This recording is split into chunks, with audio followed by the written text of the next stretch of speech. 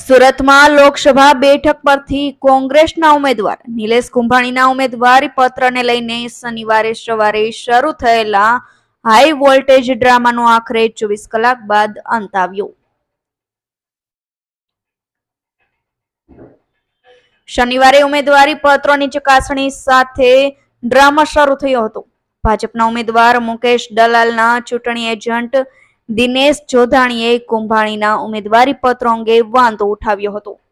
તેમણે કહ્યું હતું કે કુંભાણીના નામાંકન પત્રમાં પ્રસ્તાવકોની સહીઓ નકલી હતી, જેના પર ચૂંટણી અધિકારીએ હિમાયતીઓને નોટિસ પાઠવીને હાજર થવા જણાવ્યું હતું.